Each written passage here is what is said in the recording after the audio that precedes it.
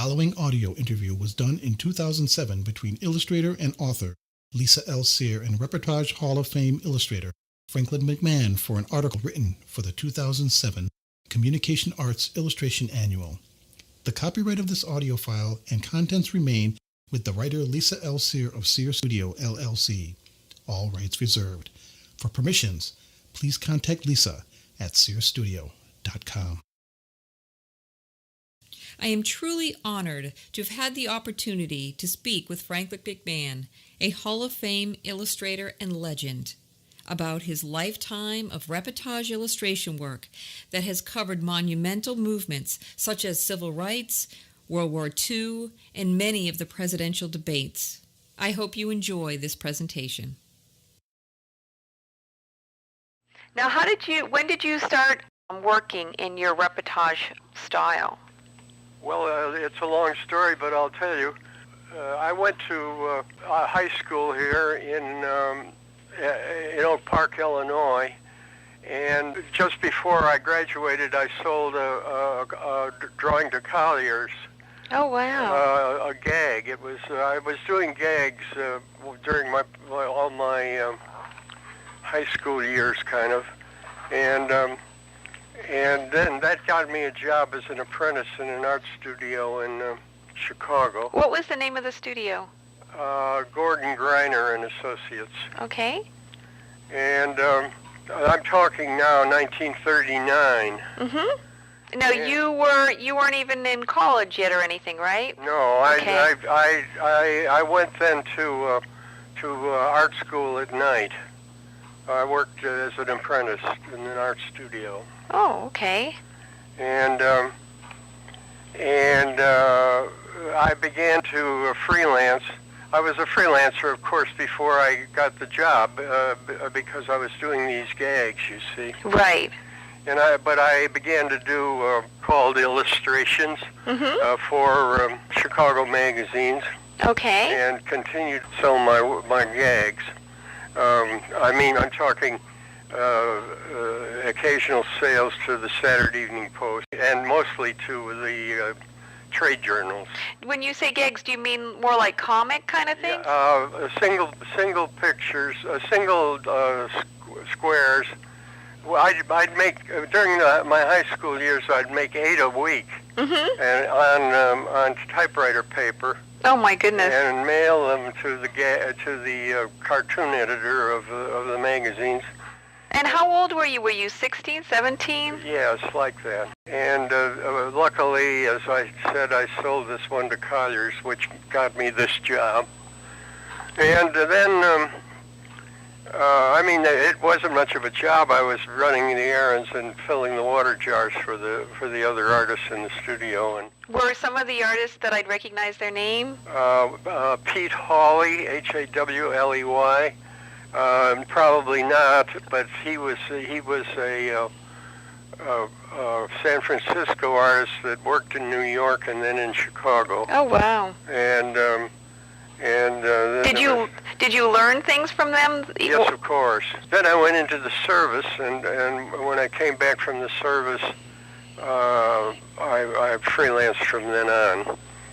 And was it during the service that it changed from doing more of the gag single images to more of the reportage, working on location type of way of working that you do now? Yes, I did some drawings in the service. I was shot down and was a prisoner of war in Germany. So did you, it's when you were actually in the service you wanted to start drawing the things that were... I made some drawings in the prison camp. Oh, that's when you started, okay. Yes, well, I had been going along drawing and painting watercolors and things like that prior to the service and even in the service. But when I began to make what you might call drawings of the prison camp, and those were published there's a Catholic magazine in Chicago called Extension, which was about the size of Collier's as far as the shape of the magazine. Right. And they published the drawings from the prison camp. When you came back? Yeah, when I came back. Wow. And I did work for them. How many did you do when you were there? How did you even have paper? Well, somehow I got a pad of paper. It was 11 by 14 or something like that. Uh-huh. And I don't know where I got it. I can't remember that. The British were good at things like that. They'd been in prison longer than the rest of us, and they'd get soccer balls, for instance, and everything. Wow. And I, of course, I wasn't there that long to become as able as they were to get things, but somehow I got this pad and pencils and so forth. Oh, great. So they were mostly like graphite drawings? Yes, drawings, pencil drawings, yeah. Mm-hmm. Mm-hmm. And I went at night to the Art Institute, to the Institute of Design, Mm-hmm. and you see the Bauhaus moved to Chicago.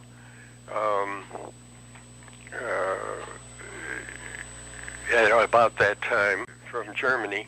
They also moved to other places. I mean, Gropius was in the east, and but guys like Moholy-Nagy and others were in the Middle West, and it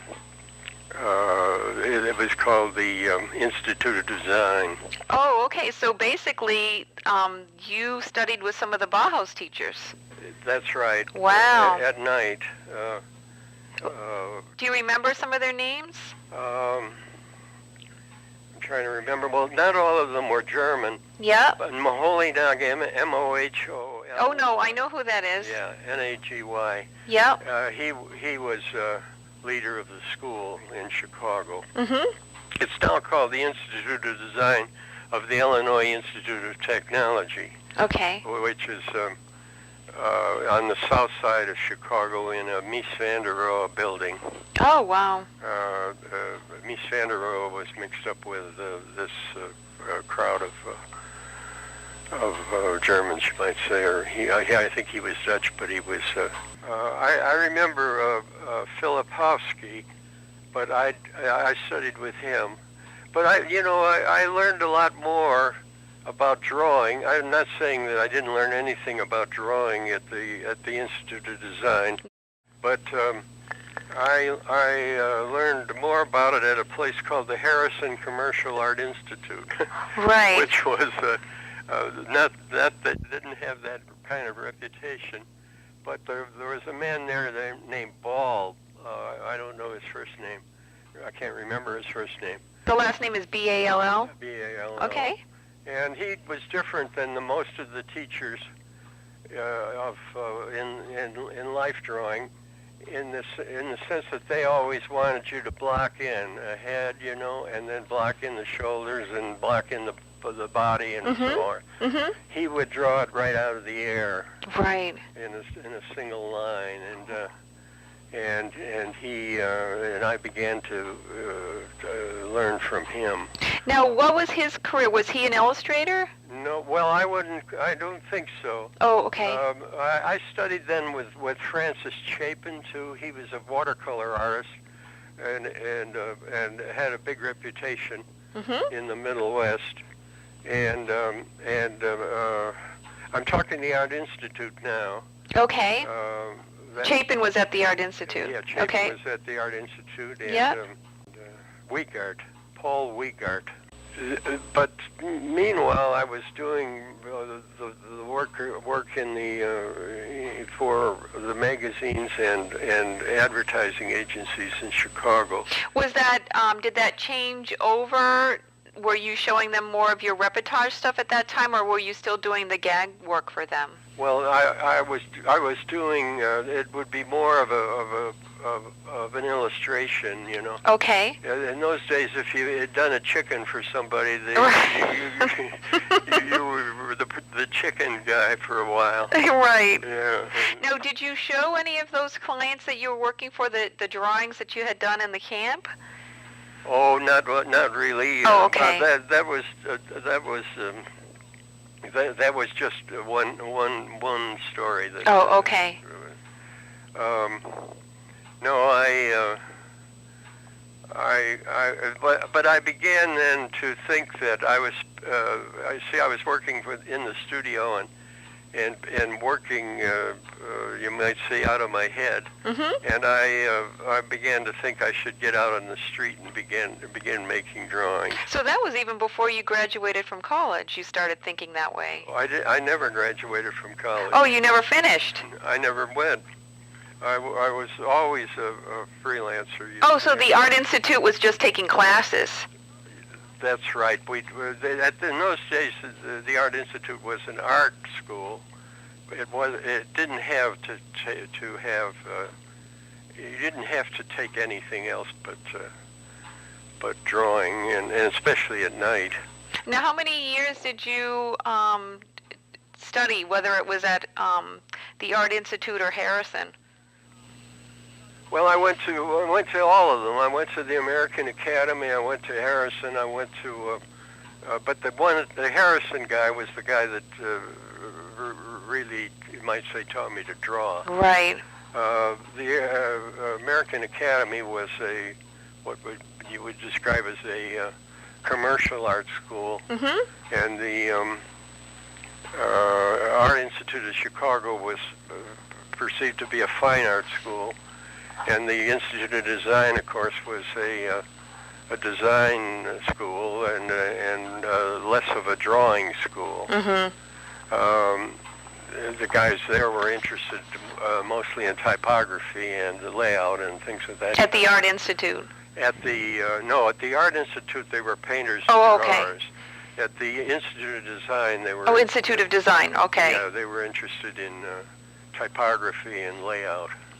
Okay. And to some extent architecture. So the Institute of Design is where the Bauhaus people were? Yes, And the Art Institute was for the fine arts? That's correct. Okay. Well, you almost made your own career. You had a little bit of design, a little bit of fine arts, a little bit of commercial art. Yes, that's right. I was always interested in making a living out of it, you see. Mm-hmm. And I remember Chapin saying to me, McMahon, what are you going to do with your life? Yeah. I said, well, what do you mean? And he said, well, are you going to do what you're doing, or are you going to do useless art? Which was a surprise to me, because he was you might say doing useless art. Right. And he was very good at it. And Yeah. It wasn't useless, but what I mean is he was saying. And Weigart said to me, I made a drawing of the, and we're talking later. It was of the Cologne Cathedral, and he in Germany, and he said, I was born in the shadow of that cathedral. Yeah. So they were open to what I was doing, but were not. The Art Institute generally thinks of me as a commercial artist, and the Institute of Design thought of me as a drawer, but not exactly what they are all up to. Now, when you said you felt like then I began to feel that I was spending too much time in the studio. Right. And so. Now, were you working, like you said, from your imagination? Were you also working from photography and? Not particularly. I was more over on the side of humor. And, okay. And not, in other words, not working as what you would call a realistic Right. illustrator. Okay. So about how old were you when you came to decide you wanted to start going outside? Well, I was married by that time, And I was 24, about 24, 25 years old. I wasn't working for the company. I was doing it as a freelancer. Yeah? You got an assignment. That's right. Okay. Assignment is the right word. And to do the, as a designer, to do a book on the Constitution of Illinois for Roe Peterson. And I said to them, well, look, let me, instead of, drawing a circle for the head of, for the governor and a line down to the lieutenant governor and then, which was a designer's approach to the Constitution.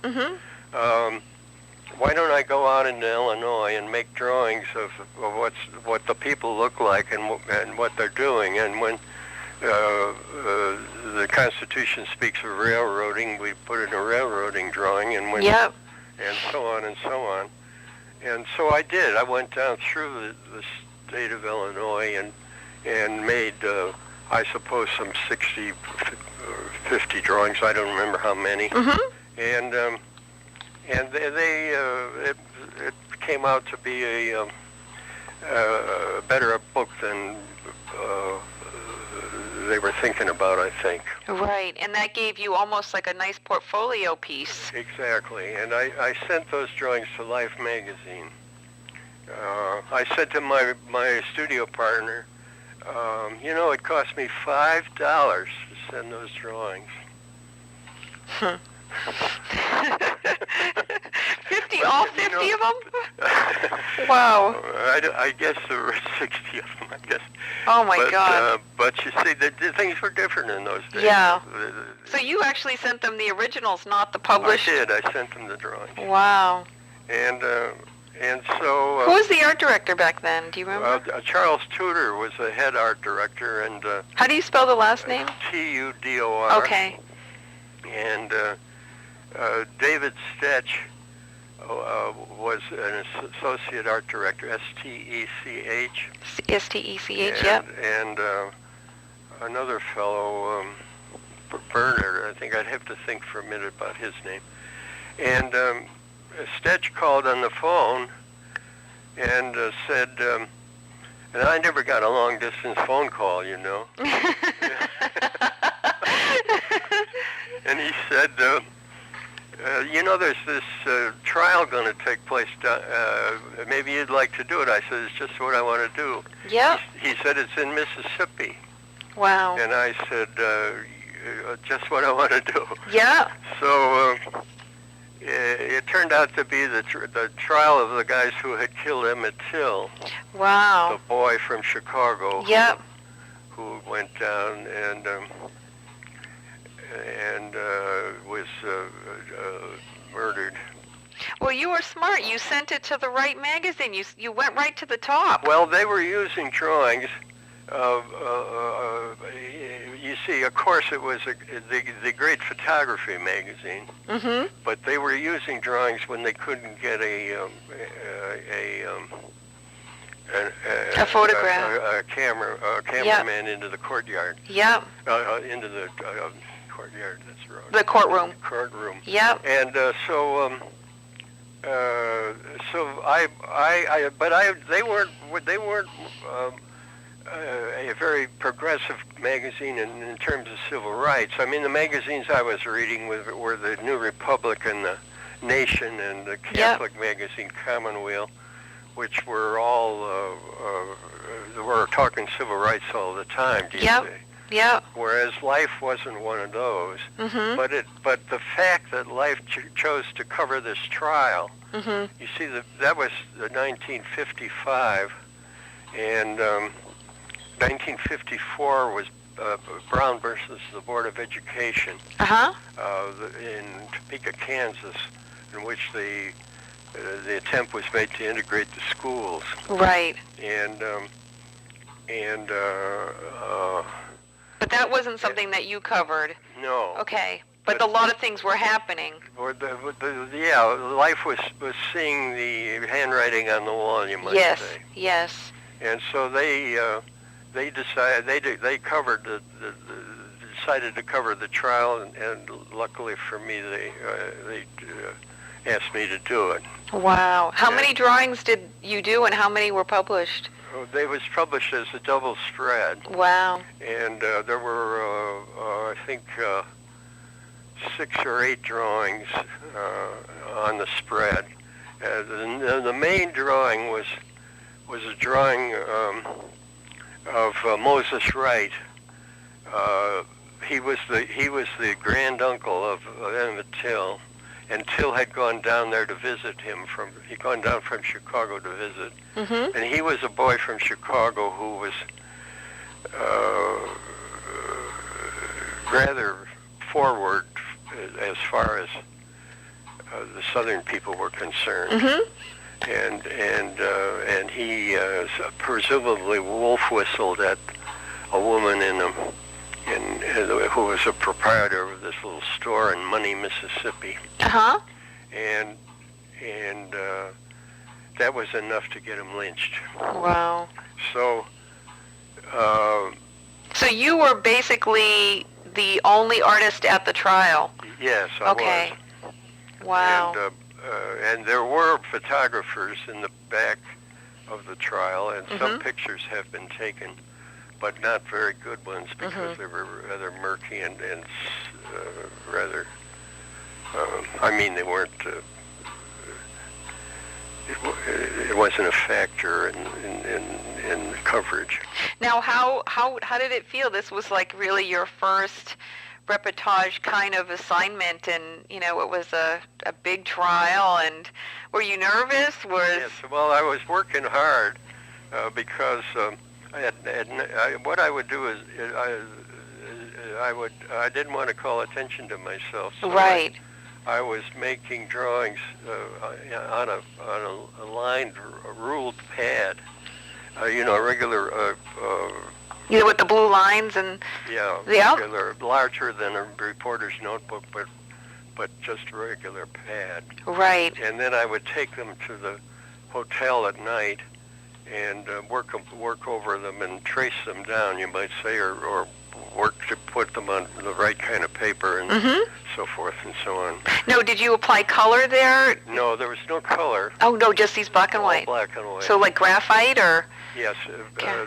they were. I inked them up, the drawings of it. Okay. I took them to New York and inked them up Okay. in Life's offices.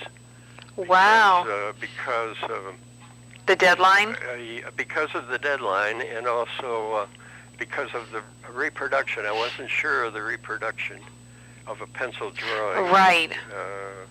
Usually my drawings had been in ink, and the drawings I made down through Illinois were all ink drawings made directly in ink, Mm-hmm. without any pencil Right. You mean the ones that you made for the book? for the book. Yeah. Okay. So I was working mostly in ink at that time, but when you go into a courtroom, you're talking likenesses and other kinds of things. So I Right. had to kind of work as as a pencil. Now that exposure, once that hit the newsstands, must have generated some more calls. Yes, yes and no, but it was true that I got calls from other magazines and from Look, but I began to think then that Life would only. I wasn't that sure you could work for both Life and Look. Oh, okay. So. Sort of like Newsweek and Time. Yeah, that's right. And even though the art director at Look was very nice to me, I said, I've been working for Life. Mm-hmm. I know, he said. Yeah. Because I did then about 2 or 3 other stories for Life. One about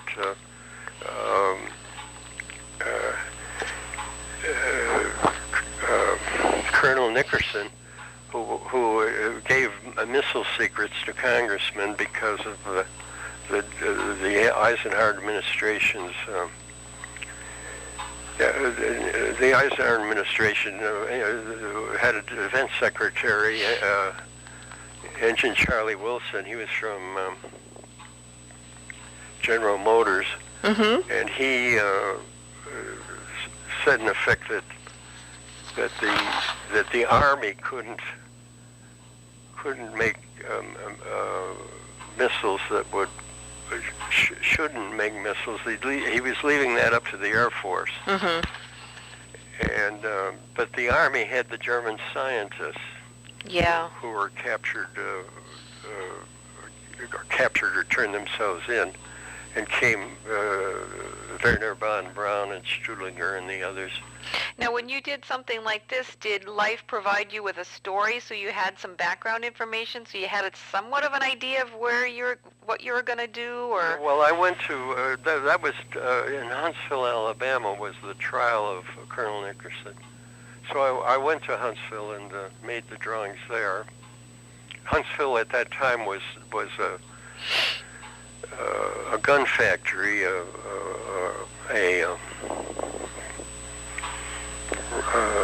ordnance place for the Army. So initially you started to do a lot of trials. That's it, but I began to realize that Life wouldn't use me unless it was a trial. I did a story on Alateens for them, kids, families whose parent was an alcoholic. Oh, okay. And that was a kind of story that was different, but because they didn't want to have what you might call likenesses. Okay. So even though I drew them as likenesses, they came out not to be necessarily as truthful as they perceived photographs to be at that time. And you wanted to go beyond the court. That's right. And so what did you approach? Well, I decided to go and do stuff and find a place for it.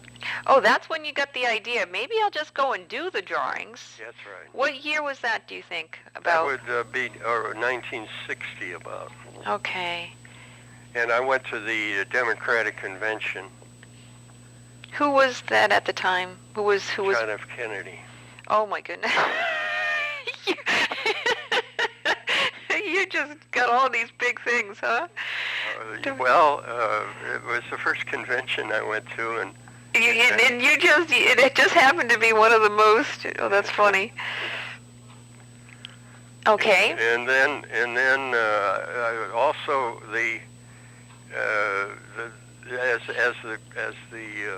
that proceeded, political year proceeded, the Kennedy and Nixon debate took place, and that was the first one was at CBS in Chicago. So I knew the art director of CBS in a small way, and lo and behold, when I got there to get in, there he was. He was the one that they'd given the job of screening the people to come in. Oh gosh! The thing. Oh goodness! So I said, "You need an artist in here," and he said, yeah, sure, okay." so he let me in, and so I made the drawing of I made several sketches, but I made the drawing of the Kennedy-Nixon debate, which was published by Look then. Now, what would you do? And then I was also working during that time for Catholic magazines like Jubilee. Jubilee was a great magazine in terms of the layout and everything, and the use of papers. The guy would use different colored papers in the binding of the book, and it was a great magazine. And Commonweal was what you might describe as a left wing. What was the name of the magazine? Commonweal, COMMONWEAL. Okay. Yeah, and it's still published. Jubilee isn't. Okay. But the editor of Jubilee was Edward Rice. he had been an editor of Look, and he started his own Catholic magazine. Oh, so basically you already had your Look contact, and he moved over to Jubilee. Well, I didn't know him at Look. Oh. The only person I knew at Look was the art director. Name was Alan Hurlburt, Hurlburt. Now, when you started to do these political things, this must have been like, for you, every time there was an election, you were on it then. That's it. It was every 4 years, but in between, of course, I did other subjects. Mm-hmm. I went to Europe to do the European Common Market. A friend of mine was an editor of the newspaper here in Chicago, Mm-hmm. and he and his wife had gone on a trip to Europe, and he was telling me about the new things that were going on at the European Common Market. So I decided that was a good subject. When was that, do you know? But it was published finally in March of 1962. But when did you go, do you remember? Well, it would be before that. Yeah. Probably at the end of '61. I showed it to Life and Stetch, and I had lunch, and we went over the whole thing. But they couldn't bring themselves, you see, to use the artwork in the story where they could have done it in photography. Oh, I see. So I sold it to Fortune. An even better magazine. Well, they gave it 8 pages, so it was a good... And that was in '62. And those were all color pieces. No, they were all black and white. Oh, those are still ink drawings. Yeah, because and then you see, I began to be interested in the Vatican Council, Mm-hmm. which was in October of 1962, was the opening of the Vatican Council. Mm-hmm. And I saw that as a linked with the European Common Market. In other words, these countries had come out of the war Uh-huh. as enemies, Right. and now we're beginning to make a United States of Europe. Right. And at the same time, the Vatican Council was making changes in the church. Mm-hmm. So all of these things I saw as very progressive. Right. And so I did the opening of the Vatican Council, and that was published by the Saturday Evening Post, but in black and white, even though the paintings were color. Mm-hmm. So they did them almost like halftone? In halftones, yeah. Okay. Because there wasn't that much color, you see. Mm-hmm. And that's why you predominantly stayed with ink yes. when you did? But then when you said, well, I'm going to start doing color even if they reproduce it? That's right, and they published it in all in black and white. Mm-hmm. The cover of that magazine was Jacqueline Kennedy on horseback, and that was in color, of course. But by the time they got to the Vatican Council, it was in the back of the book. Yeah. And was in black and white. Wow. Now, when did your work start to appear in color, printed in color? Well, Look would publish it in color. Oh, Look would. Yeah, because I began to publish it in color, and they published some of my political stuff. Okay. So once you started with that Vatican Council, you pretty much kept working in color from then on? Yes, I think so. Okay. Okay. Now, I also, Mark had told me that you, in addition to doing your ink drawings for these presidential debates and elections, you also did documentaries. Right.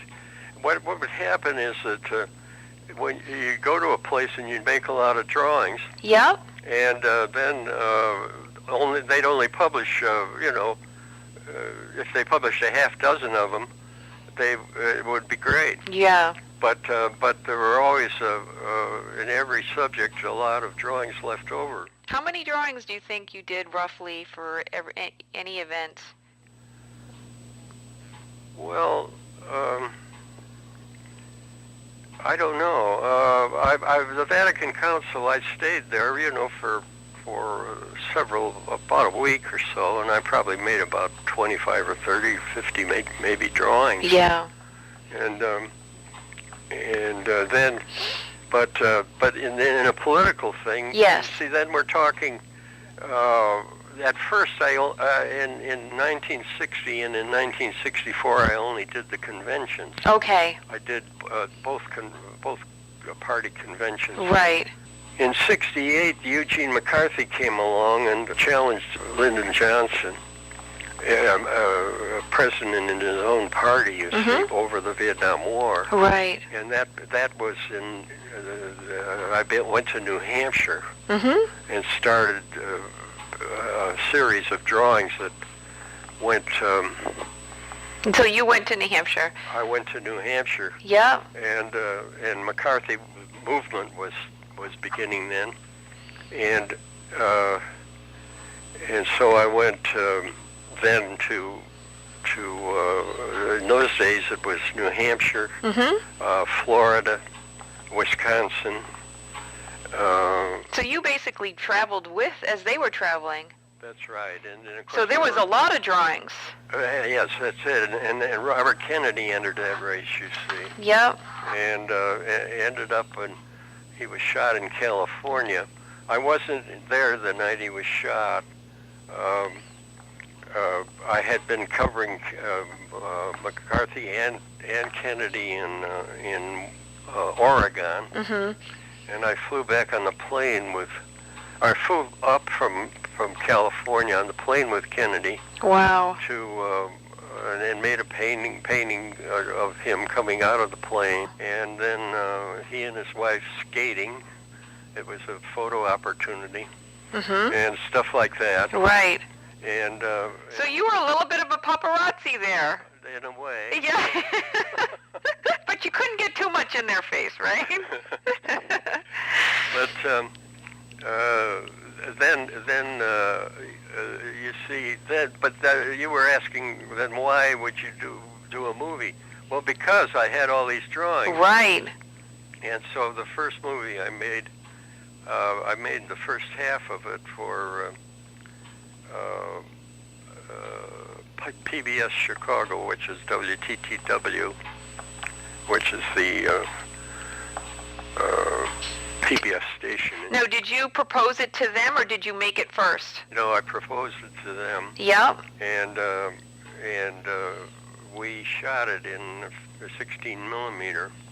And then the director of the president, I guess is the word.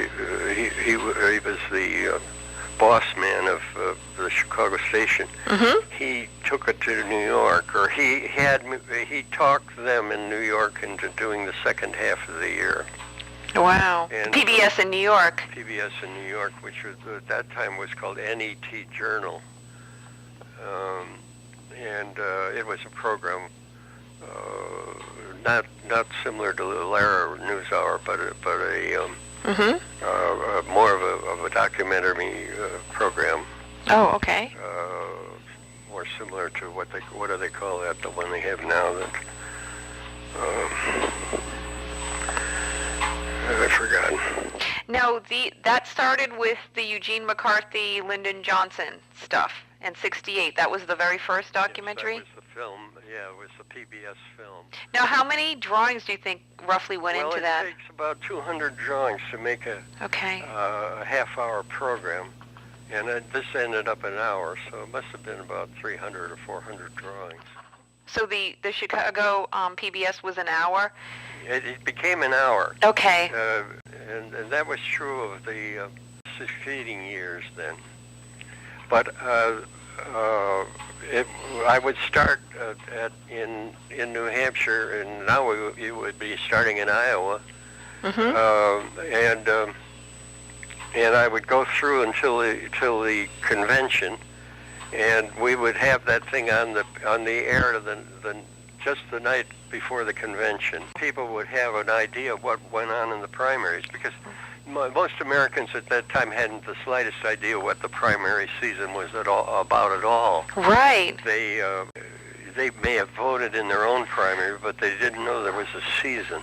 And now we have so much news coverage, you know. Yeah. It's different. So this was the very first time your work sort of went from print to broadcast. That's right. When I did the drawing of the great debate between Kennedy and Nixon, I went to lunch with the guys from Life several weeks after that, and I said, it was during the political year though, and I said, yeah. well, that was the turning point of the election, that Kennedy-Nixon debate, and they wouldn't agree to that because it was television, and they were the ones who were, you might say, making the turning points. So they said that but the biggest turning point was when Kennedy went down and spoke to the preachers who'd be living in the White House. So Kennedy had to divest them of that notion. Right. And and then that was a turning point. They were perhaps right about that, but I think it was the television that made the difference. Right. Kennedy was so young and attractive a candidate, and Nixon had been bumped his knees getting out of the car or something and was kind of shaken. Yeah, when you get to a place, you go there with an idea of what it's going to be, and it's totally different. And you look for that kind of symbology that pays off in a way. The young women talking French in New Hampshire, because of the talking on the phone in French to get the vote out. These college kids that were, just a couple of them would know French, but they'd put them on, the McCarthy people put them on the phone to call the French people that were living up there in the north of Hampshire. Right. Now, did you also find when, you were covering these kinds of things, were there sort of aha moments or things that you learned just by doing it? Well, of course, I didn't know anything about primaries and all that when I went there. I mean, I just had a, first drawing was of Eugene McCarthy in a basement of he'd come in from Washington, you see, and he had a press conference in the basement of a traffic court or something. And it was, in other words, he said it was very lonely out there. Yeah. And, he was just trying to raise the question of the war in defiance of his own party. Did you ever do anything on the Vietnam War? I went to Vietnam, but I didn't stay long. To document it, or? I made some drawings. I did the drawings in and around Saigon, but I saw soldiers. I had soldiers in the drawings, but I didn't do the war. Well, I was going around the world. Oh, okay. And I was in Hong Kong and decided to go to Saigon. When you said you were going around the world, were you working on a job then? Well, what I would do is noise it around that I was going around the world. And that sounds dramatic, but it wasn't all that dramatic.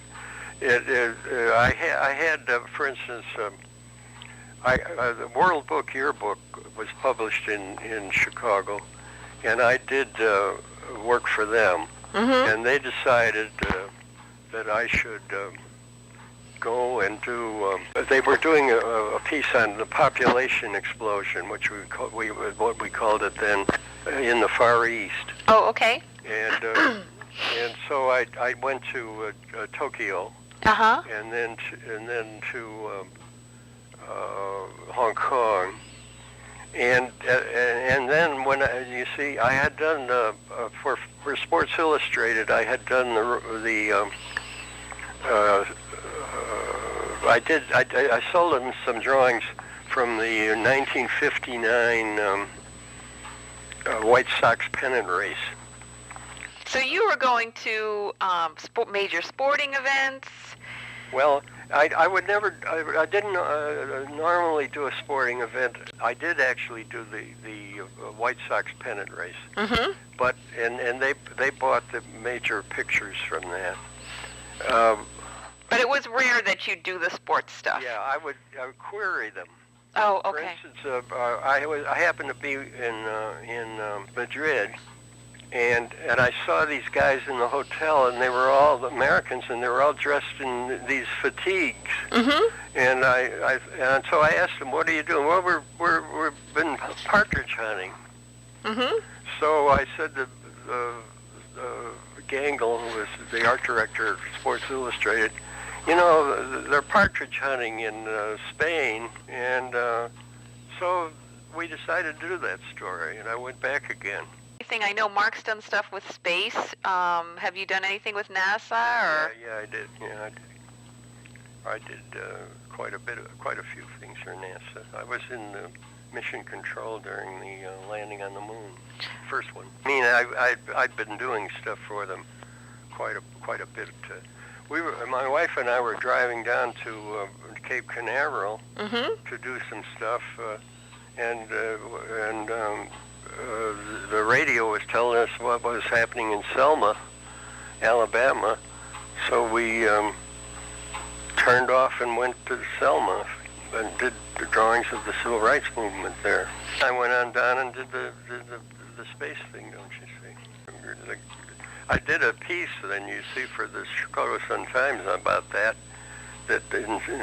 said that here was a guy flying around the world. It was one of the early space launches, and they hadn't gone up into space yet. Mm-hmm. Here's a guy that's flying around the world in an hour and a half, and here was 200 miles north of there, where they were fighting the same old tribal fights, you see. Yeah. Yeah. Now, you had gotten some recognition for the works that you did with the civil rights. I think Mark was telling me you had the Martin Luther King Civil Rights Award. Yes, I did. Yeah, this, of course, came years later. Yeah. Now, where did that award come from? Like what? It was called a MERC, M-E-R-C, and M-E-R-C, yeah, M-E-R-C. The MERC is the Mercantile Exchange in Chicago, but it's spelled the same way, but this was the Minority Enterprise, something like that, Uh-huh. in Chicago. We're talking 1980s. Mm-hmm. Can you talk a little bit about the work that you did for civil rights? And was that first time that you were going to do some work from Cape Canaveral that you took a sort of a detour and went to Alabama? Was that just the first time you started working with civil rights? Well, you see, the Till trial was Oh, yes. was a civil rights That's true. story. Yeah. And you see, what happened is that Emmett Till was murdered in that story ran in Life in September of 1955, Mm-hmm. and it ran of course also in Jet, and I mean, not my drawings, Okay. but Jet was there. Mrs. Till always talked about Jet and how important it was. Well, but Life was in a way more important to the country, not just the blacks. She saw it only from not so narrow, but perspective of a person who knew the people who were covering it and all of that. And one of those guys that the fellow did a play in Chicago about the trial, about the Emmett Till trial, later on. I mean, just in recent years. And the only white man that she could talk to was this guy Morris Dees. Do you know Morris Dees' work? Well, he runs the Southern Poverty Law Center. Oh. And it's down in Montgomery, Alabama, and his whole life has been in the civil rights movement. And in the play, he's the only white man. Oh. Did you ever meet Martin Luther King? Well, I don't meet these guys. Okay. I don't shake hands with them.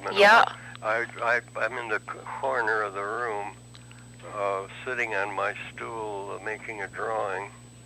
And you were doing color back then, right? Well, no, the color would always be added later. Oh, okay. So you never really did color on location? Not particularly. Did you always transfer your pencil and do something in ink, or did you just ink up the pencil? Oh, no. In the case of the Till trial, I inked up the pencil, you might say. But in the other, now then the reproduction got better.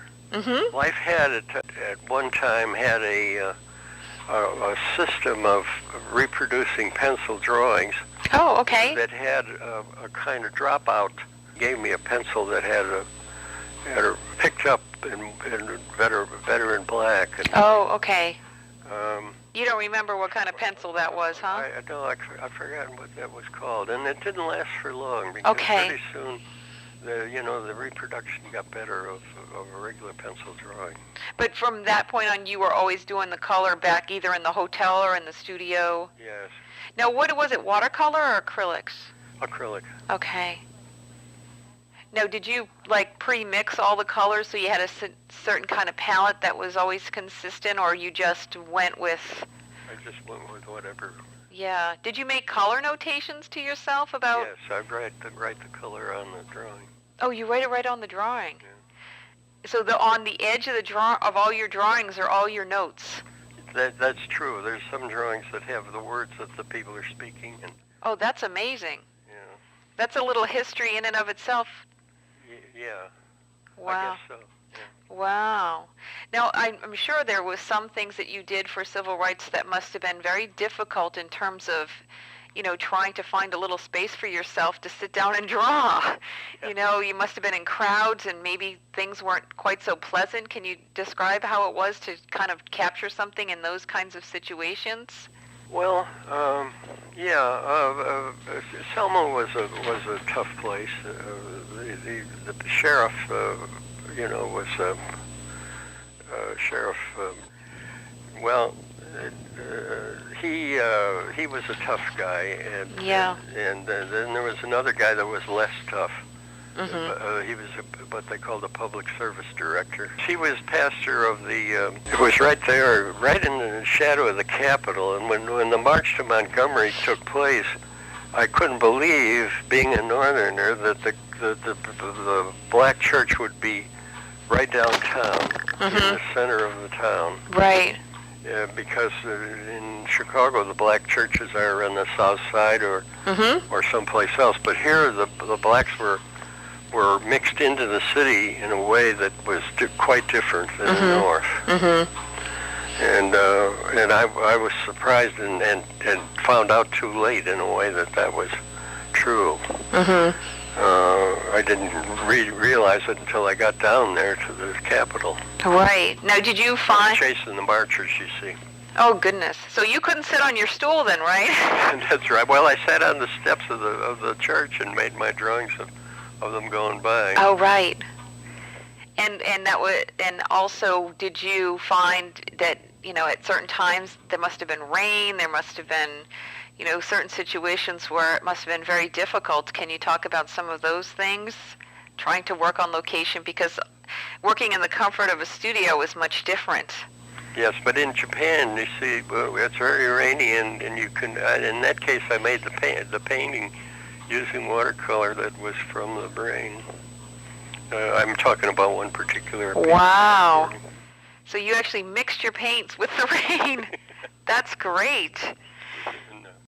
Now, I always think when you look at a piece that was done on location, it has such a different feeling than if somebody was given photography and never went to the event and just put things together and made an illustration. Can you talk about how working the way you do really makes a difference in terms of communicating what really went on?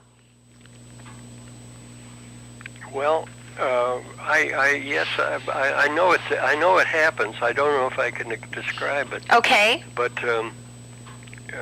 you get to a place, as I said, and you don't know what it's going to be like, and then you develop a series growing out of it. For instance, for Sports Illustrated, I did the San Diego Acapulco yacht race, and then because that was of some interest to them, and I was going around the world. They asked me to do the Royal Bangkok Sports Club. Wow. And I was, I went from Tokyo, you might say, to Hong Kong to Bangkok then. And so you once you had a place that you knew you were going to travel, you must have let all your art directors know about it. Yeah, that's right. Yeah. And some of them would bite, you see. I know a lot of your work is really there. You started out doing the single image, but now it's really a lot to do with series. And when you work on a series, do you find that you pull out certain drawings, or when you say you're working on something for 4 days and you kind of look at what you've done, you say, geez, I really need to do more of this, or is there sort of an editorial mindset that sets in when you're working in a series? Yes, You, of course, in politics, you have the sequence pretty well prescribed. You're in New Hampshire, and the next one is Florida, and then the next one is Wisconsin. But yes, you obviously, if you're in New Hampshire, you're talking snow, and if you're in Florida, you're talking palm trees. Right, and right. so forth. So the pictures are changing because of the things Yep. like that. And I mean, that's a simplicity, but it's true. But I guess I'm talking from a visual standpoint. Like, you may notice, geez, I've got a lot of close-ups here. Maybe I should, in this next one, I should get more of a panoramic view, or are those things come into your head? Oh, yeah. When you're on the site, you decide those kind of things. Oh, okay. Yeah.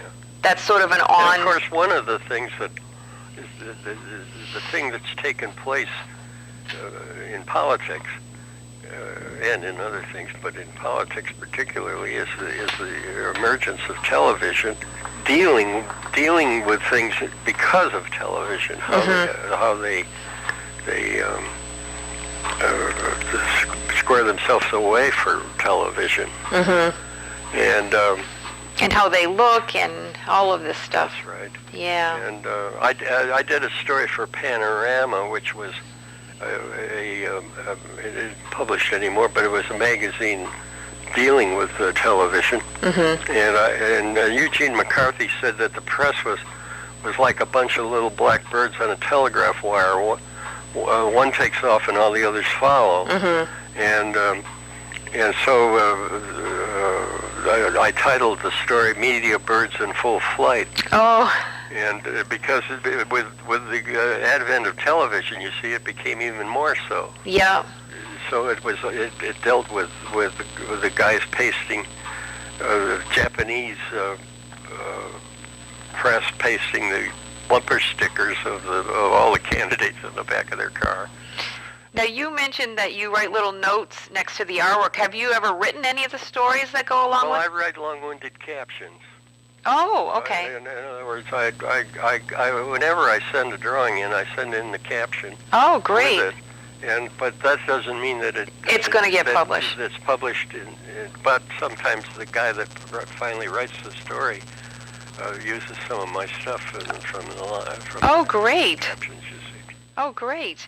Now, Mark had mentioned you just recently did a job with, you traveled along with some kids for a story, but I think it was the Washington Post? Yeah, I did that last year. Wonderful. Well, this high school in Illinois went, not high school, grammar school. Went to Washington, and I also traveled with the Zion High School kids. That's a different thing, but they go to there's a guy there that a professor or a school teacher who takes them every 4 years to the inauguration. Wow. In Washington, and I went with them one time. Oh, wow. But this other story was not about that particular school, but another one in Illinois. So you're still actively doing, reportage and still traveling and. Yes, I am. I'm mostly doing exhibitions now. I have a show just today. It opened. Wow. In Providence, Rhode Island. Oh. And I've been doing the Vatican stuff, showing that recently in Washington, D.C., and in New York, and now in Providence. Oh, wow.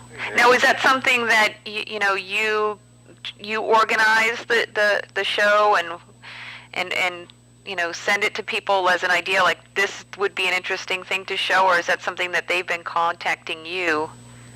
Well, you see, the way the Vatican story goes is here's this church that's changing, and as far as America is concerned, the biggest change was the Civil Rights Movement. Right. And so when all these nuns and priests get to Selma and are in the basement of a Baptist church, they wouldn't have been as comfortable in a Baptist church if it hadn't been for the Vatican Council. And so those drawings were published by World Book, and in a story that was headed Paths to Dialogue, and showed the opening of Vatican Council II, but then it showed the nuns and priests in Selma, and then other civil rights things as well, and other subjects. Right. So I put it together in a way that the show has. There are only 30 pictures in the Providence show, but there were more like 50 or 60 in the shows. So it's almost like you are taking a look at your entire body of work and seeing, how maybe you could put shows together, or that's kind of your concentration now? Pretty much. Yeah, that's right. Now, I was wondering if you had any advice for young illustrators to be, especially in today's marketplace, because there's so much that's changed. It's very hard now. Assignment work has gotten less and less. It's certainly much less from when, the days that you were talking. What advice could you give them about encouraging them to be a little bit more entrepreneurial like you were? To think along those lines. See, what I was up against on one hand was abstract expressionism in the fine art field. Yeah. And photography in the so-called commercial field. And so.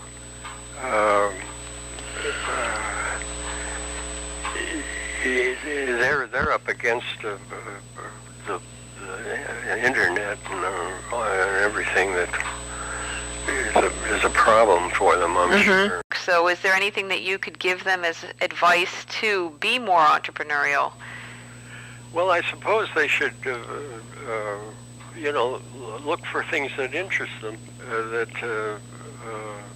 not everybody wants to do civil rights, or not everybody wants to do politics, but there certainly must be stories out there that have to be told. Right. And there of course, there are travel magazines, which I've done a lot of work for travel magazines as well. And but the magazine business is changing too, of course. Well, I have appreciated you taking the time to talk with me.